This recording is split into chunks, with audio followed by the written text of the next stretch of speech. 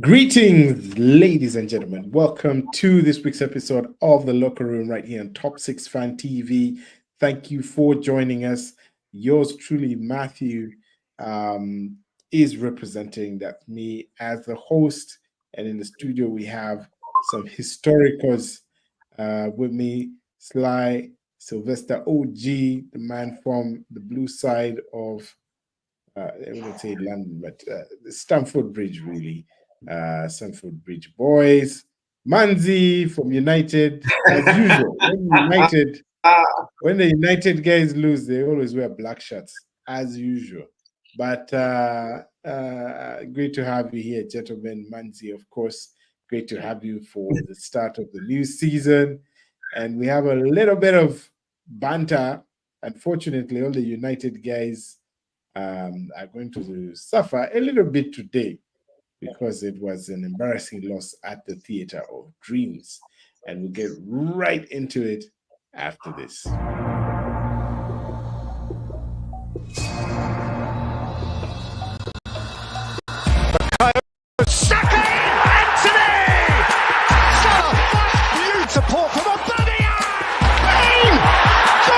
goes Haaland. He's on.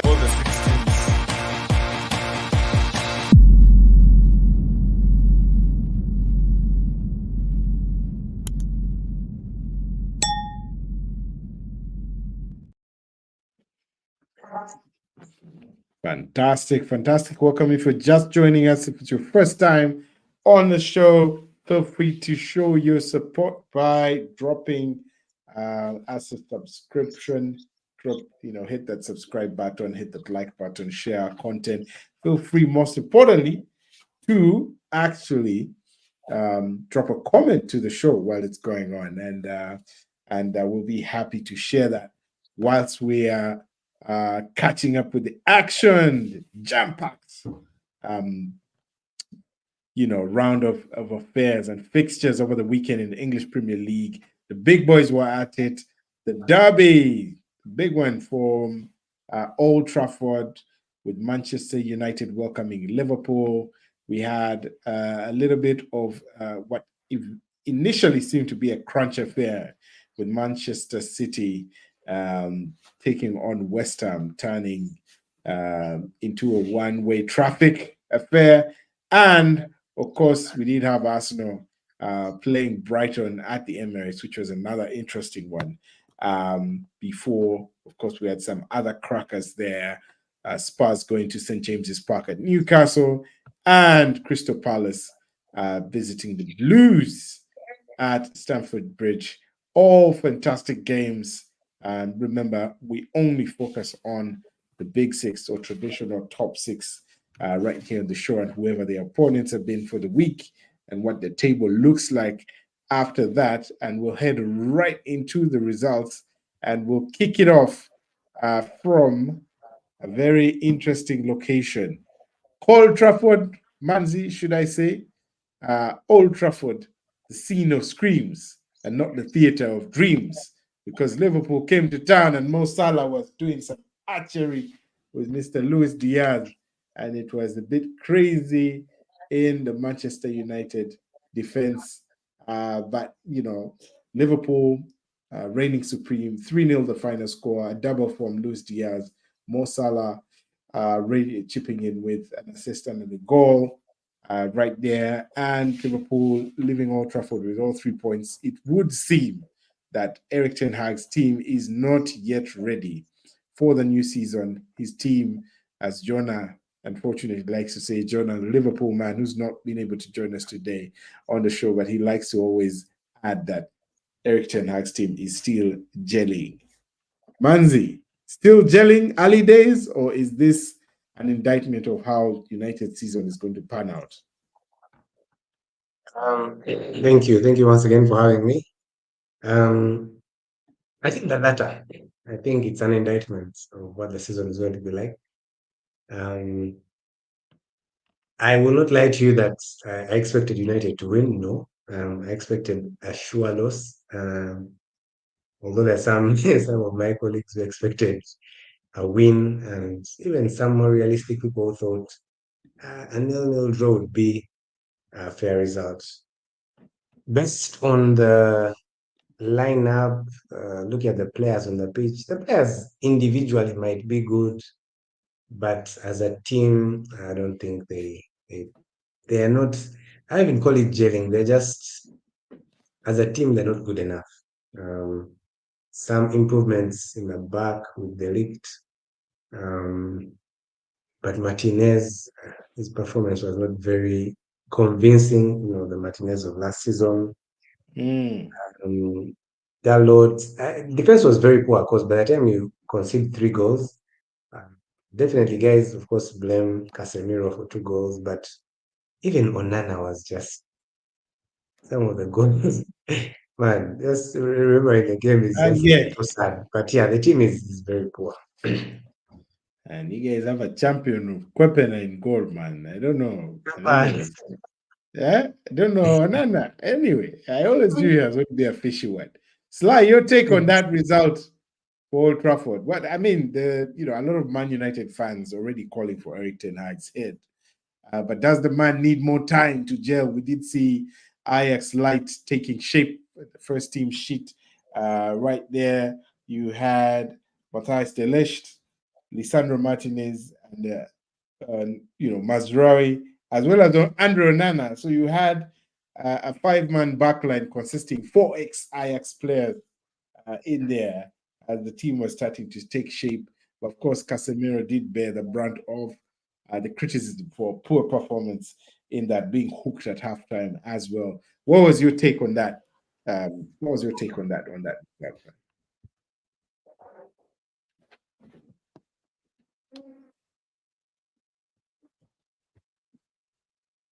Yo, Sly, you're on mute. I'm muted, bro. Talk to me. Talk to us. Talk to us. Unmute me, Matthew. We can hear you. We can hear you. Go Can you ahead. hear me now? Yeah.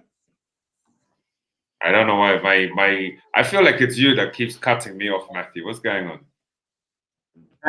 I think Sly is having some technical issues. It was very disappointing because it was like you at least expected a fight from them. This is it's always penned down as the biggest.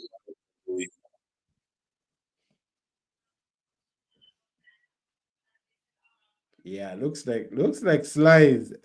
This internet connection. I was saying it's always billed down as one of those games that have.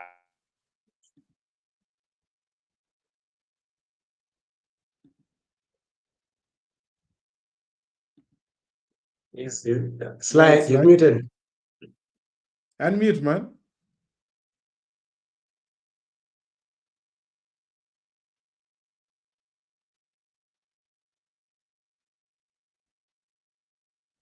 Hey, today, our man from Stamford Bridge is having some technical issues, but we will come back to him. Sly, we'll come back to you as you sound out. We will come back to you. Catching it. It is you, Matthew. Go ahead, man. We can hear you.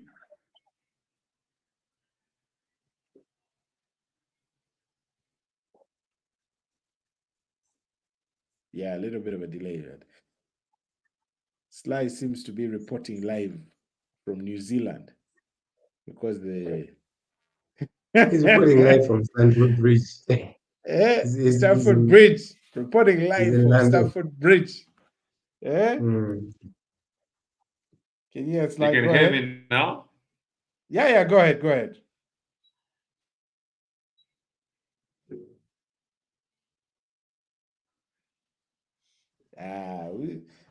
Let's give this man a few minutes to. There is definitely. And then there we go. Disappeared. Things are bloody. This is Stamford Bridge. This money they are flashing around. It's not all good at their end. But Manzi, I know you guys. We're talking about United and how they scored that they won terms of performance. But how good were Liverpool? Were you impressed with Mo Salah? I mean, this guy, you guys would think he's running out of steam, but looks like he was running on steam during this particular match. Your take on how they played in general. Are you impressed? This is Arne Slot's, first derby at Old Trafford. What was your take on Liverpool's performance? During the game, I even asked group among friends of mine, a sports page, was Liverpool good or was United poor? And I think it's not an either or, it's a both and. So Liverpool were both good and United were poor. Because Mm-hmm. there's been a clip that someone shared with me where they were playing uh, in the corner. They were playing samosa. They were playing some serious dribbling. United defenders were nowhere to be seen. So I think Liverpool was very good, and the way they transitioned from defense through the midfield to the forward, as in it could have been 4 or 5. There are some goals that they didn't want to score. One of their Mm. forwards, I think, had the ball, then he dribbled, then he could have scored at the left. But Salah was very good. I had one of the commentators saying that his new look, I think, after cutting off his hair, it's a new Salah. It was not a Samson effect, was it? Hey, wait, the guy is very quick on his feet. His passes are legit. Like, Yeah. you really see someone who is for a forward and a midfield that have 2 assists and 1 goal. I think that's guys who have him on fantasy are celebrating. I am regretting having not bought Salah. So and also Diaz, man. Diaz was firing on all cylinders. He Diaz was was, yeah. They're clinical. Like they get one chance, they score. Gets another chance, they score. They didn't have like wasted chances like United had Mm. for guys like Zaxi hitting the post outside. Guys were clinical. Guys were clinical. And I mean, you see that doesn't bode well for the pack that will be challenging Manchester City for the Mm. English titles, specifically Arsenal, because if you look at the way Ancelotti set his team up, of course, Yeah. Jurgen Klopp was known for basically playing a sort of hard rock, heavy metal kind of football, gegenpress they called it. Mm. And Hans Slot has sort of combined that hard pressing with a bit of calmness, and even one of the Liverpool players referred to it as um, soft rock, right? And so Mm. It's like interest, flow and chilled. Guys have yes, confidence on the ball. They pass the ball. guys, yes, they don't panic.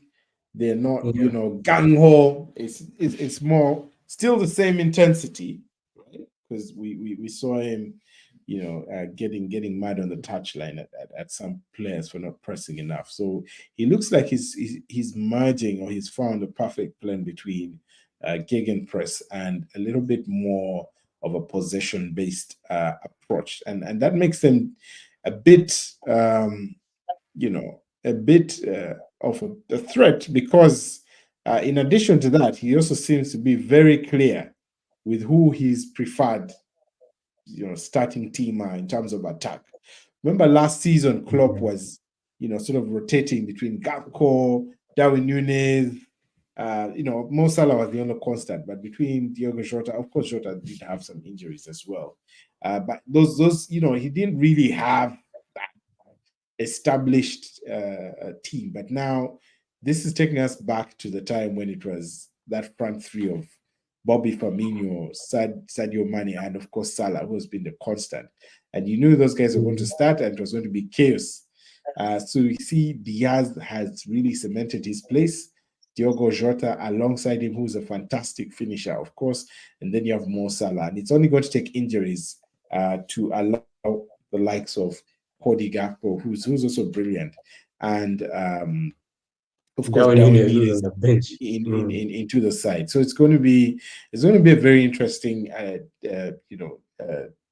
scenario to watch, and I think we need to keep an eye on Liverpool. I think they're going to be a very big issue this season for for the title race. I've tipped them in the last 2 seasons to actually win it, but they have disappointed, and my beloved Arsenal has come close twice.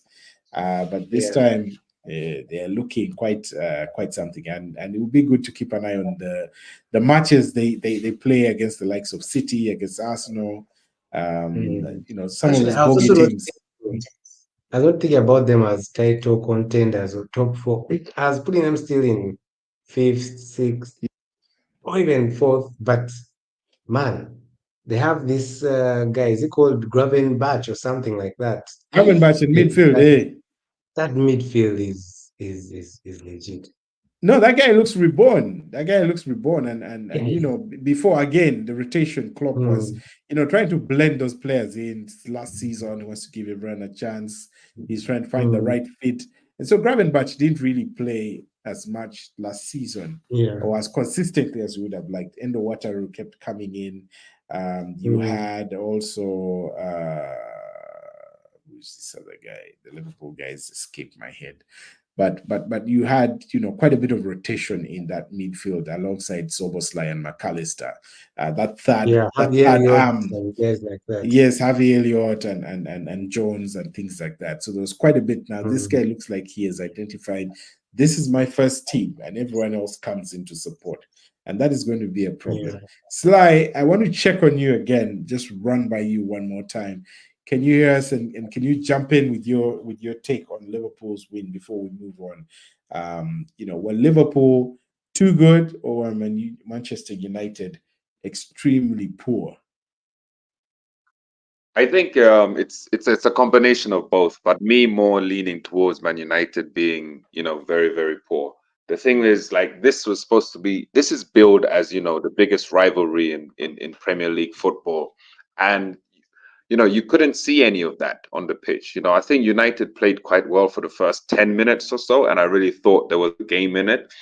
But then after that, it's just like there was no cohesion in the team. They weren't moving the ball properly. There was no connection between any of the midfielders and the front playing players. Even their front line completely died. Garnacho, Rashford, like, they might as well have just not been on the pitch. Like, they weren't really doing anything at all. And there was no fight. There was no spark in anything that they were kind of bringing to the table. And naturally, you can't fault Liverpool. Liverpool have very, very, very, very good players. And the likes of Salah and Diaz, they're going to run their socks off. And you're going to make a mistake, and they're going to punish you.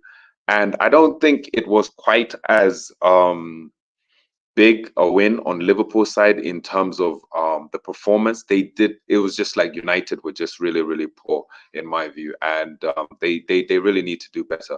And for me, excitement aside, 3-0 aside, I mean, you just really have to look at the fact that it's still very early on in the season. Liverpool are playing Champions League. Their squad isn't as they've made like maybe one addition to their entire squad during the transfer window, and that's not as big as not Chelsea's 300 players.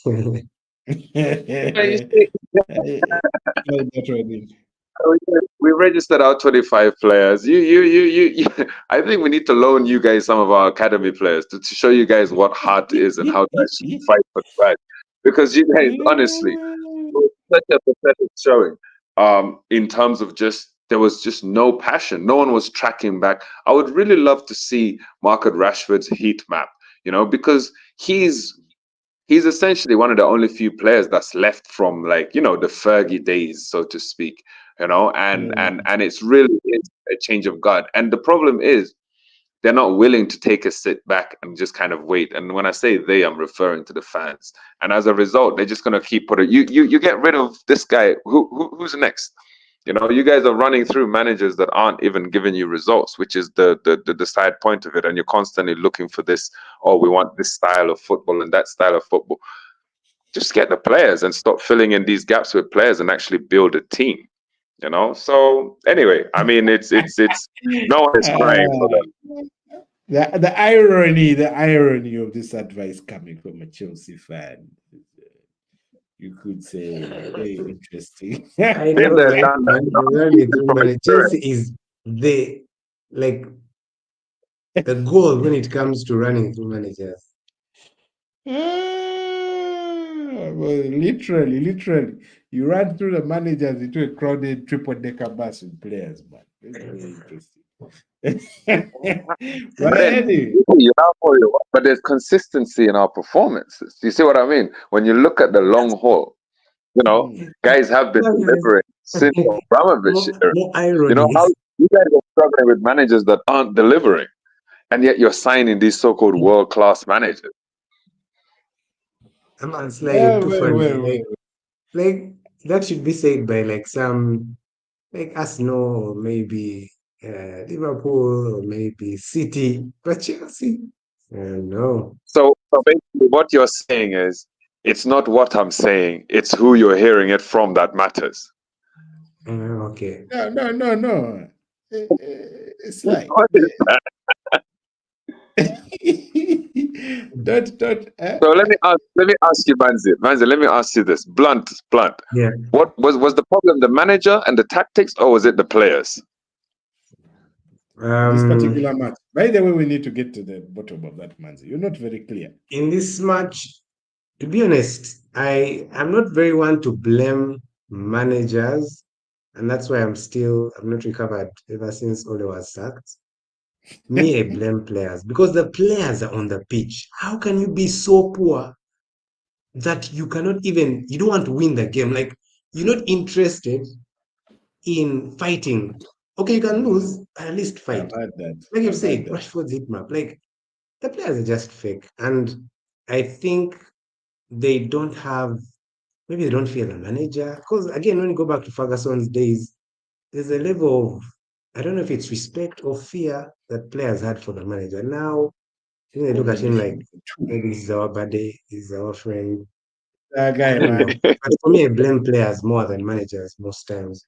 Hey, And so even yesterday, right. players were rubbish. No, the manager still has to take a good share of that blame. The only problem is that the manager, when the team performs well, the manager gets the praise. So when he performs poorly, he should get the. I believe as we move on from this, it's a combination of the two. The players and the managers, because I mean the players and the managers, they have to shoulder that blame. So we will wait to see. What does Sly think? What do you think about? Where do you lay the blame? For me, in this particular game, I would definitely put it on the players. I don't think that, and that's from besides Maino, who is a brilliant player, I don't think anyone else really. And it's on the manager to make decisions when he sees a Rashford is not tracking back.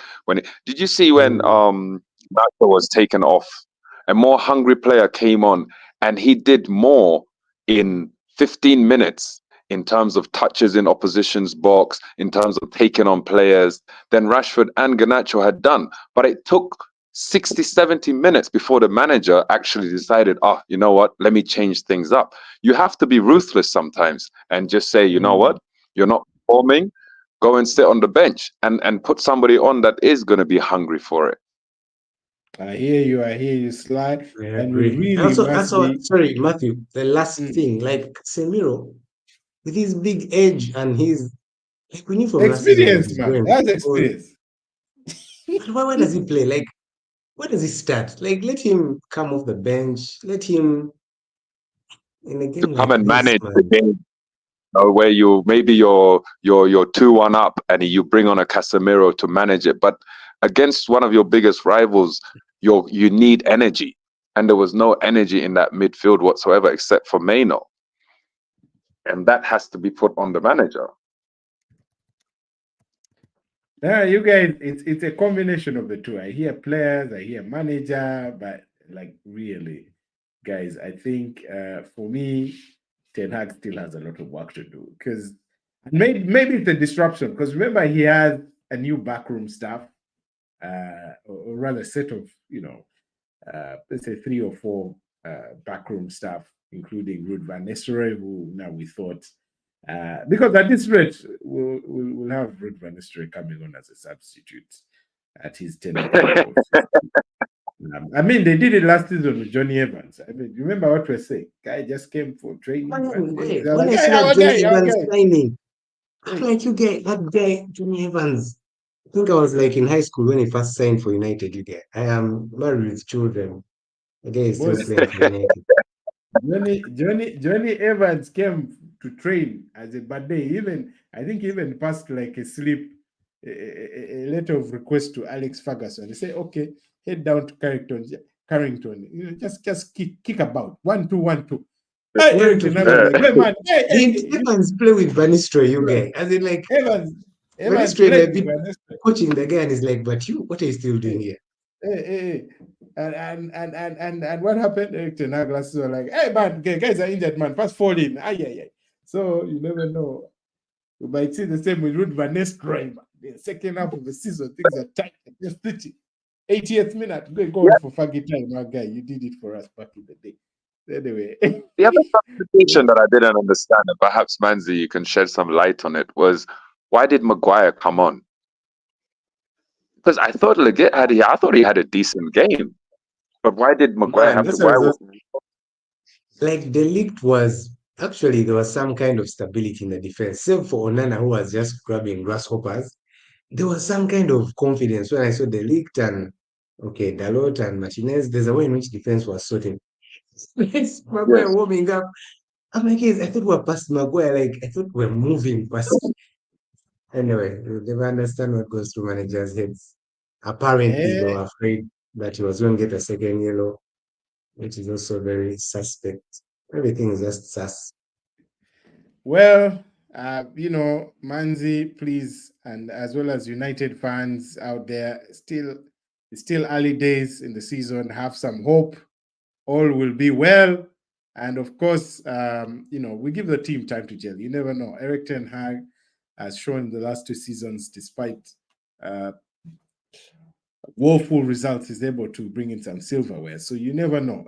At least we expect him to finish a little bit strongly there. Isaac Sembera, there are some comments coming in from our virtual audience there. Keep them coming, ladies and gentlemen. Isaac Sembera giving 100% a sign up, seeming to agree with the content right there. And Manzi, if you woke up, some people were asking what happened to Casemiro. Why did he play like that? I don't know what he was drinking or taking, but when you look at this video and hear how he walked in,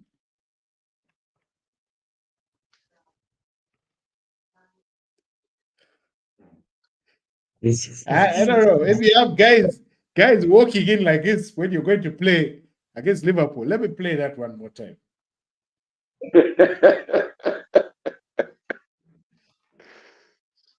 My brother, the guy is there singing goody morning.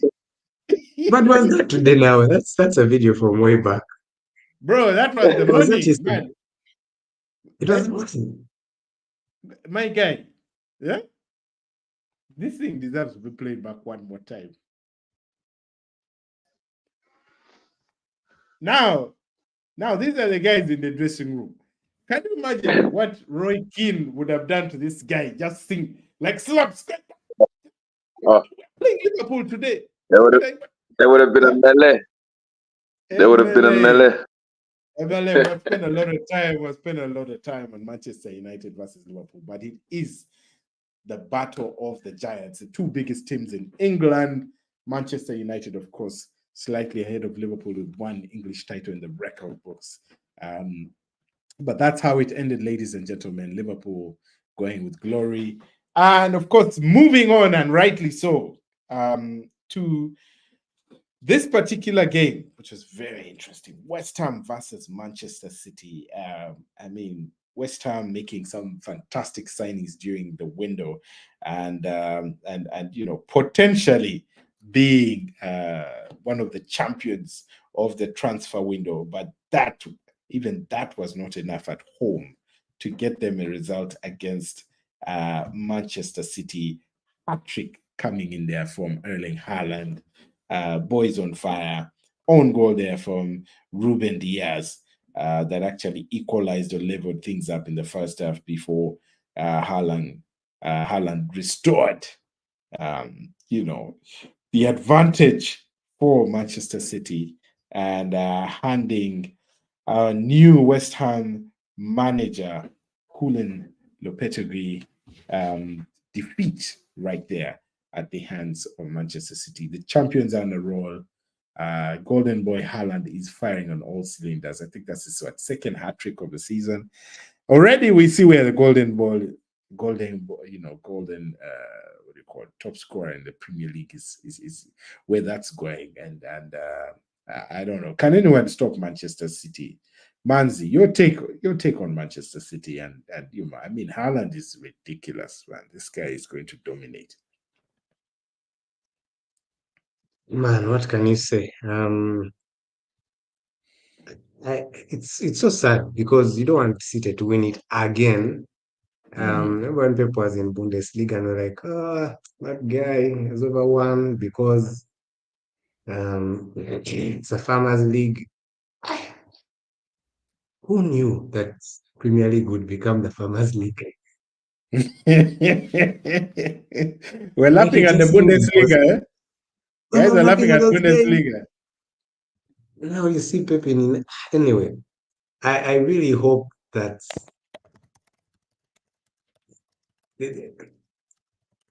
City is, of course, the best team at the moment. They have the best manager. They have the 100 financial fair play rules. And they remember Konamo, his comic strip this is on. The people he bought are lawyers and the judge. The players that Pep has bought. So unless otherwise, they're still favorites. We just have to pray like they get like flu or COVID or something and the players fall sick. But if they Those remain, charges, the 115, the verdict is coming before the end of the year. So at least, surely out of 115 charges, surely those guys, one. at least one or even five, that drops them like at least 10 points. Because at the end of the day, that's what you're looking So for. that's what it will take to beat City. Like they lose like 4 points because every season they win by 1 or 2 or 3 points. And this is Arsenal season.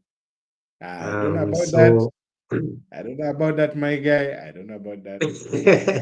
no, it's written in the stars. Because man, imagine 5 in a row. 5 in a row would be something else. It'll be something else, man. Yeah, I can see Salah has dropped off, unfortunately. But Yeah. moving on to Arsenal, as you mentioned, Arsenal Mm. welcoming Brighton to the Emirates. That ended 1-1, despite Arsenal dominating the first half heavily and securing a lead through Kai Havertz. Great goal, by the way, as you can see from him. But a win was not to come in the second half. Declan Rice receiving a second yellow for what looked like very dubious or confusing circumstances right there.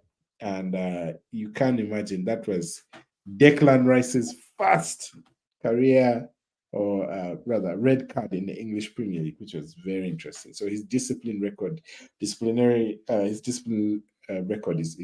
right up there with some of the most disciplined people. But yeah, just tapping the ball a little bit. And referee, of course, apparently by the letter of the law, that calls for a yellow card. And because he already had been booked, he received his marching orders. But the referee not receiving flowers from lots of the Arsenal fans because of his inconsistencies in the game. The scorer right there, João Pedro, also doing the same, probably walking the ball a lot more power than Declan Rice did, but not getting a booking. So there was some inconsistencies from the referee, that we did see during the game. But well, not enough. Arsenal did hang on, but because Brighton were quite strong with regards to an onslaught onto the Gunners. The Gunners actually missed a couple of chances in there from Odegaard, from Saka. There was another one from Havertz as well. All with a man down, and some will point again to the fact that with two games going in the season, Arsenal are looking light and reeling from some injuries. Gabriel Jesus, Mikel Merino is out for 2 months. We've seen that news break today, 8 weeks. after just coming on to seize on the let go of the likes of Fabio Vieira, Emil Smith-Rowe, Nketiah, and Reece Nelson. So they're actually looking quite light on the bench in terms of attack, and we will see how that goes. But before I bring Sly in, let me bring some of our virtual listeners in there.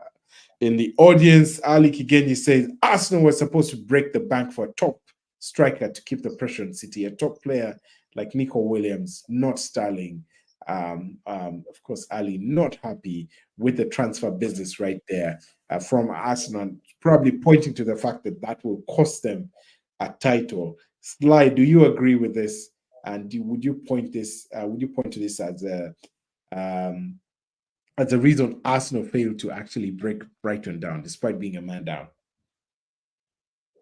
No, I think that well, first of all, let me address the issue of the sending off, because it had a ripple effect going into even my game with regards to a second potential yellow card for Hughes that didn't come. But if you're going to follow the letter of the law to the T, let's follow it to the T, And but then also, if you're going to let games flow and be able to give a certain level of autonomy to referees, let it go ahead. I thought that the Declan Rice red card was a bit harsh, looking at the timing, looking at the fact that yes, he kicked it away. He could have gotten a stern warning and gotten away with it. But I think that that was a bit off. But I still believe that as a player of his caliber shouldn't be drawn into making such silly mistakes. He's a leader in that team. He should have led by example, and he should have known better. And now North London derby is coming up, and you're going to be missing a key player. In terms of signings and having splashed money on should have splashed money on a striker instead of Sterling. Well, the Sterling thing was really just very much last minute. Let's roll the dice. We needed him off our books. You need a player that can come in and perhaps give some relief to the likes of Saka, who is playing so many games, especially if you consider this year with the new format of the Champions League and all of that coming in. So I think that was actually a really, really good signing for Arsenal. And the same way I spoke of Havertz last year being very versatile, being able to be a backup for so many different players across the line. I think Sterling also offers you that. But on top of that, he offers you the maturity of having won, so many trophies, and more importantly, having won the league. So yes, should you have gone in for Victor Ottoman and all of these other big strikers? Perhaps, but looking at your books, I don't think you had the capacity to be able to fork out what a top striker is costing in today's market. So I think you'll be fine. You'll be fine. It's a blip. It wasn't a loss. We'll be grateful for that. But there's lessons to be learned, and yeah, it's still your season to lose.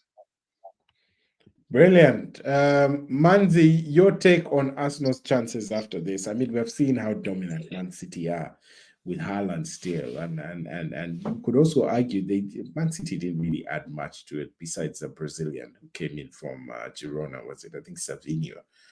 Besides that, and they let you could argue a very good striker, Julian Alvarez, head out to Atletico Madrid. So you could argue they get back Gundogan. Yeah, they did get Gundogan in on a free. You could say that's straight.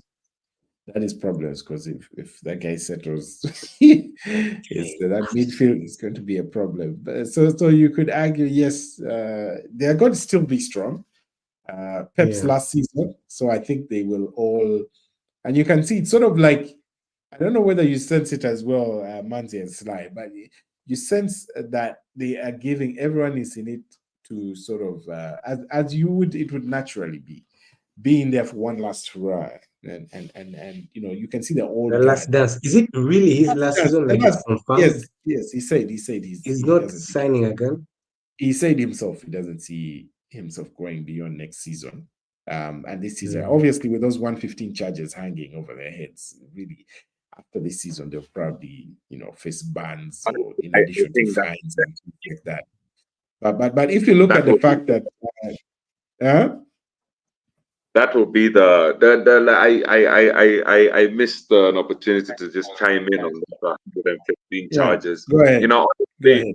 conspiracy theories and all that aside, the truth is, like, I personally felt like, last season they didn't really want to do anything. I think they could have acted way sooner, the same way they acted against Everton and other And clubs that Forest, had and yeah, Forest, of course. And yeah. I think it's one of those where, if you look back to what happened in Italy when they had similar kind of scandals within their Oh league yeah, with Juve, and yeah. teams, yeah, the Juves were relegated and stuff. It really shook up the league, and not even just from a perspective, but just in terms of making it. And I felt like they took, and this is me with my tin hat on. I think they took a back end decision and to say, you know what, let's push the decision through till next season.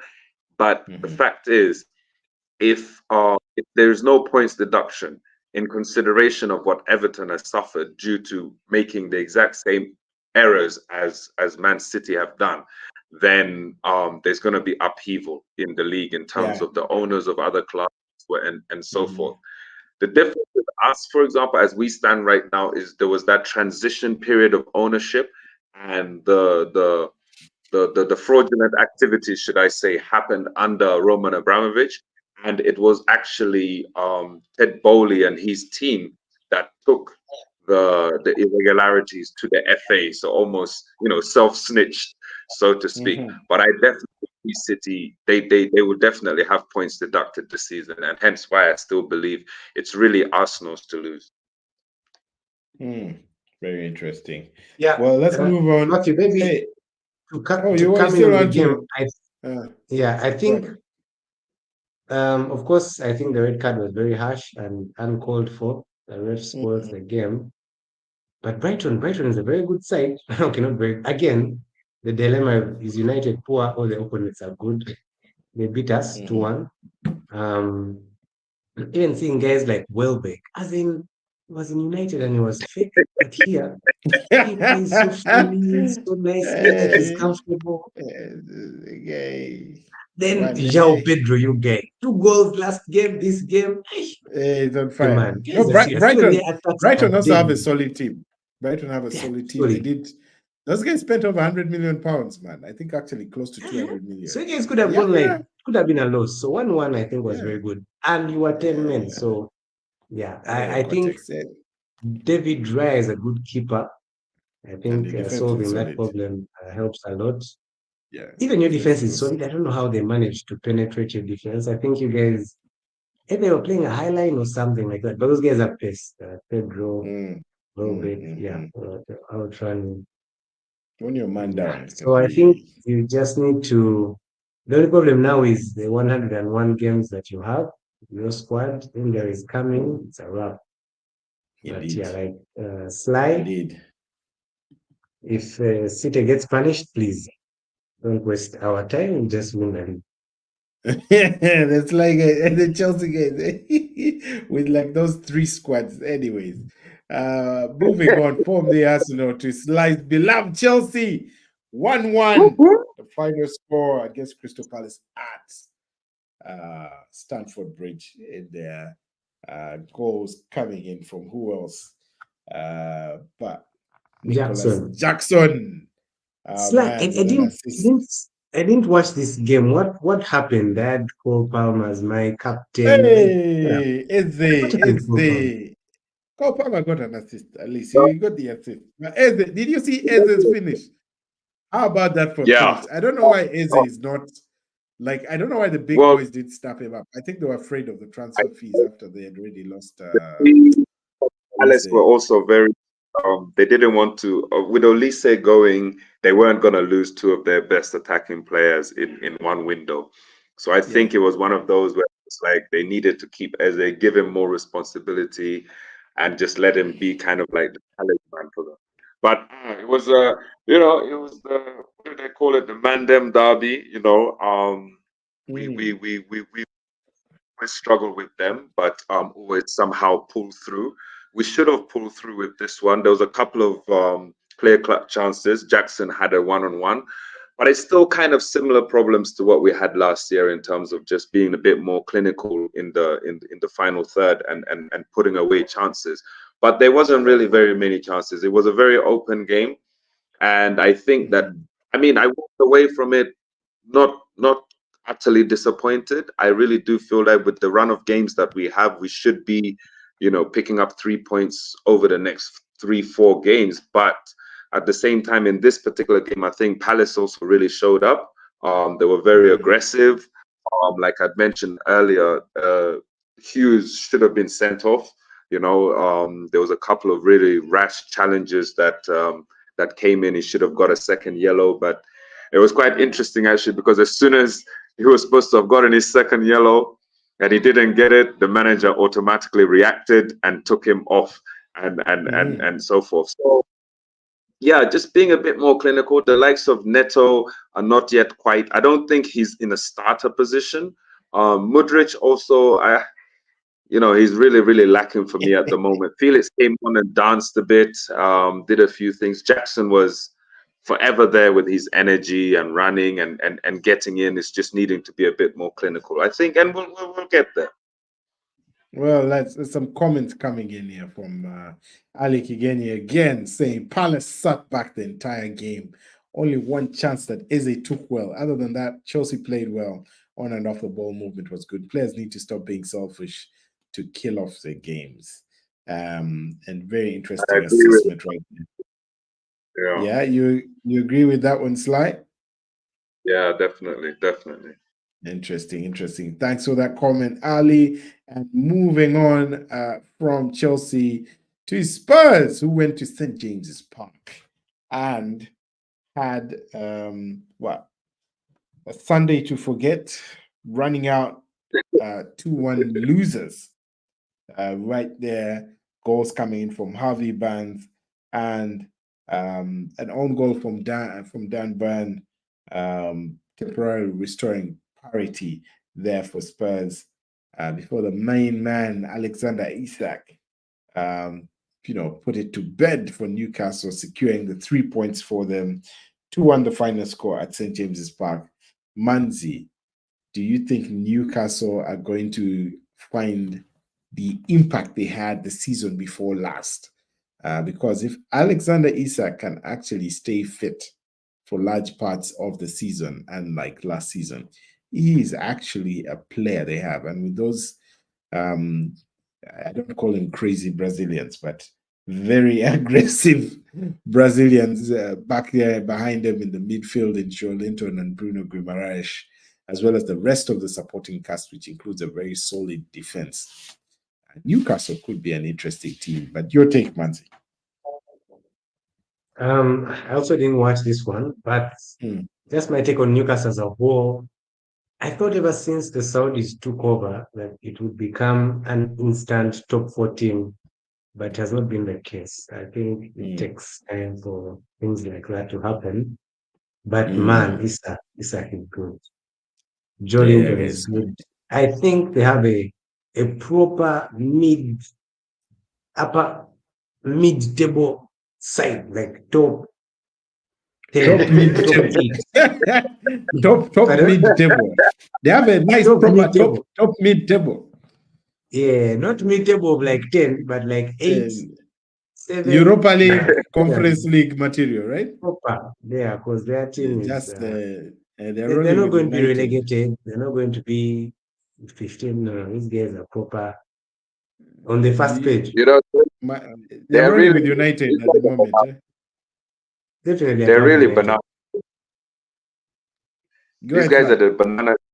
Aston Villa, Newcastle, West Ham. These guys, Brighton, Brighton as well. That you really, really need to work out for, and especially Newcastle, because you see, the belief was they would take the same route Chelsea did or City did when they got an owner with money, and they would splash a lot of cash around, and they took the complete opposite, and they've been buying really well. And they've been buying players that have been fitting into their team really well. You can see a lot of cohesion about how they play.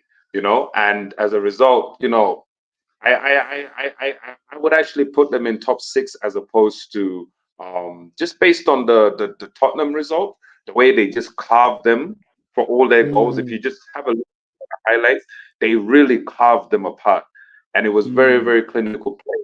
So I disagree with Manzi a bit. I think that they're gonna actually do quite well this season. Interesting, very interesting, and ideally. I don't know what that means for Spurs because last season they started like a Formula One race car, but it's been topsy-turvy results so far this season. Ange Postecoglou might have been found out. You don't have that, uh, what to call it, that oomph in attacking style that they had last season. Madison on fire, Son, Papamatesan, Bisuma running teams ragged. It's only the second game of the season, to be honest, as well. And I guess we'll know after this international break, because we are going to be away for an international break next and return, after next weekend. But we will see, because Arsenal are coming, next for Spurs, the North London derby, and of course, Declan Rice will be out of that, and he is at the Tottenham Hotspur Stadium. So we will see we'll wait to see what happens. But Sly, your take on Spurs and potentially their standing for the season. I see them struggling. I see them struggling. I think you hit the nail on the head when you said that they've kind of been figured out a little bit. I don't see any but like I said, it's still early on. The likes of Madison and so forth, they could fire up later on as games start to come in, and around them start to drop points as well. But I don't see them perform. I don't see them finishing in the top six, especially when you consider the likes of Villa being around and the likes of Newcastle, like I mentioned earlier. It's going to be a really, really congested middle of the table in terms of the top half of the table. Interesting, very interesting. Well, that's more or less about it, ladies and gentlemen. We have to leave it at that for today. Thank you for joining. Have a great rest of the week ahead. Something I just asked very quickly. I wanted to ask Manzi quickly. So Tottenham spent 616 million. That's United. Ten Hag. Yeah. Like and you don't think he's the problem? Ten Hag must go. Me, I am team Ten Hag out. But if spend on players, actually, Matthew is Ten Hag's biggest fan. Yeah, man, we need to give that guy like a 10-year contract because man need to give him a Chelsea contract. Yes, give him time. The team needs to gel, as Jonah likes to say. Give him a Chelsea contract. Wait, there's a Chelsea player that signed 9 years. Was it? No. The most what 9 years? I'm like this guy. 9 years. No, you guys, Chelsea, man. Chelsea guys. Anyway. Yeah, man. I'll send you some videos on why and how. Because you realize this season our net spend is actually at £66 million. There we go with the justifications again. But anyway, ladies and gentlemen, this is a debate that won't end. But Chelsea have like a double-decker bus bringing their squad to the training ground every morning. Man United still have so many issues to fix. Arsenal potentially dropped or missed taking advantage of this year's transfer season by not signing an out-and-out striker. And of course, Arne and Liverpool are firing on all cylinders. And so is Pep Guardiola's Manchester City, who at this point it seems can only be stopped by those 115 charges hovering over their heads. Ladies and gentlemen, it's been real. We will come back to you right after the international break because some action-packed games that are waiting for us. Feel free to hit that subscribe button right there. Drop a like, drop a comment. Feel free to share our content as well. And we will be happy to basically, have your participation on the show. Tune in again when we do come back from the international break. And I really wish, I'm pleased Casemiro gave us this, because Arsenal fans were suffering with this whole good evening thing. And as much as I'd like to say good evening, I am really looking forward to this first thing when I wake up.